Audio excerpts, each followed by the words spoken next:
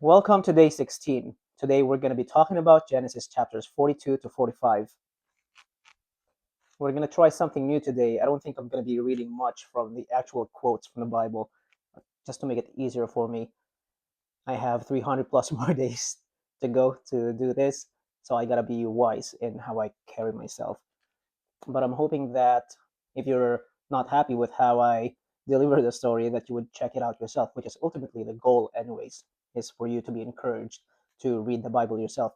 I'm going to be leaving out some of the details which might be important. It's hard to cover everything. Sometimes I get too excited and want to dive into more, but it's hard to do that because time wouldn't allow me.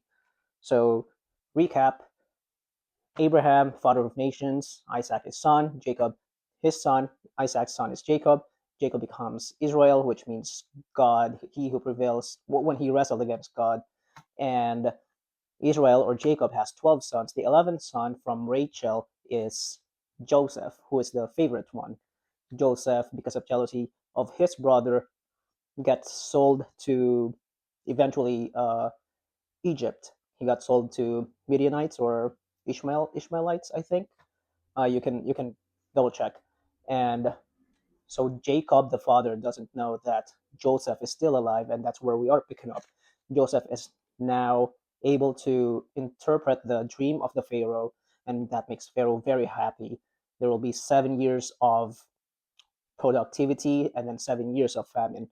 And now with chapter 42, Joseph's brother go to Egypt. Joseph continued to pretend that he doesn't know his brother. Remember, it's been a long time already, so for the brothers to think that Joseph is still alive and be this person of authority, that's very highly unlikely. So they were never thinking that it was their brother. During this time, Joseph remembered his dreams in Genesis chapter 37 of how the sheaves bowed down before his sheaf, and the other dream, which was the sun, the moon, and the 11 stars bowing down to him. Now, because he cares about his brother, he was asking for the other brothers to bring Benjamin to Egypt. He pretended to say, "Oh, you guys are spies. So if you're not spies, bring me your youngest son, your youngest brother." The brothers went back to Canaan, where they were coming from, and because Jacob loves Benjamin, he refused very strongly. He said that Joseph, this time Jacob is still, or I mean Joseph, Jacob was still in so much grief, thinking that Joseph was dead. So Jacob refused strongly to bring Benjamin to Joseph. With this, Reuben, the oldest, says that I'll vouch for his safety. You can kill my sons if he doesn't come back safely. But they decided they were going to stay in Canaan at that time until in chapter 43. Of course, eventually their food ran out, so Jacob was saying that go back to Egypt because we're going to die if we don't eat. So Jacob's brother returned to Egypt with Benjamin because they ran out of food. This time it was Judah, the fourth son, the favorite one that I mentioned before. He was the one who assures of Benjamin's safety. Now, when Joseph saw Benjamin, again, Benjamin is the youngest.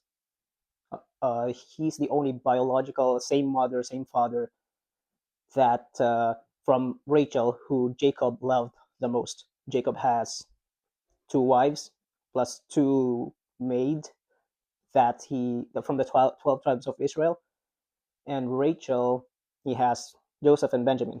So here, when Joseph sees Benjamin from afar, he became very emotional, and right away he told his people that they were going to throw a big party.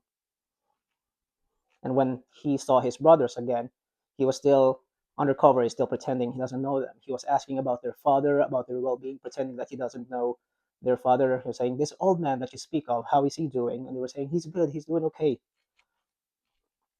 And then he got so emotional when he saw Benjamin, the brother that he loves the most, that he went somewhere to weep because he can't. It was just a very emotional time for them to be together like that. Then they sat and ate according to their age, and Benjamin, being the youngest, he was given 5 times of what was given to the rest of the brothers. Now, in chapter 44, talks about how talks about the cup of Joseph. So he asked his servant to put his cup. Now Joseph is royalty, so that cup, I don't know how much that symbolizes in current events in nowadays. But he told his servant, put the cup in Benjamin's sack, in his belongings. And when they left, they, as they were leaving, the servant said, "Hey, stop! Why are you stealing from us?" And then he looked for the cup, starting from the oldest down to the youngest, and then finally he saw it on Benjamin's belongings. Of course, it's a frame up. That's what Joseph was planning on doing.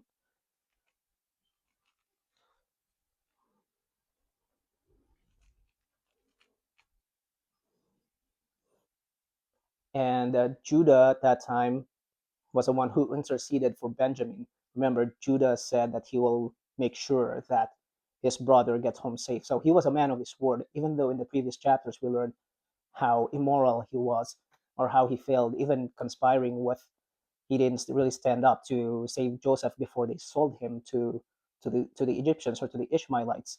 But here he's manning up and he is interceding for Benjamin.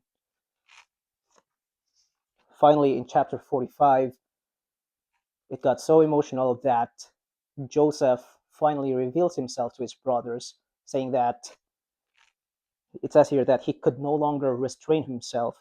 He cried out, he wept aloud, he said, "I'm Joseph, your brother." And he says here, "Do not be angry with yourselves. God set before me, God set me before you to preserve life." And with this, they all wept.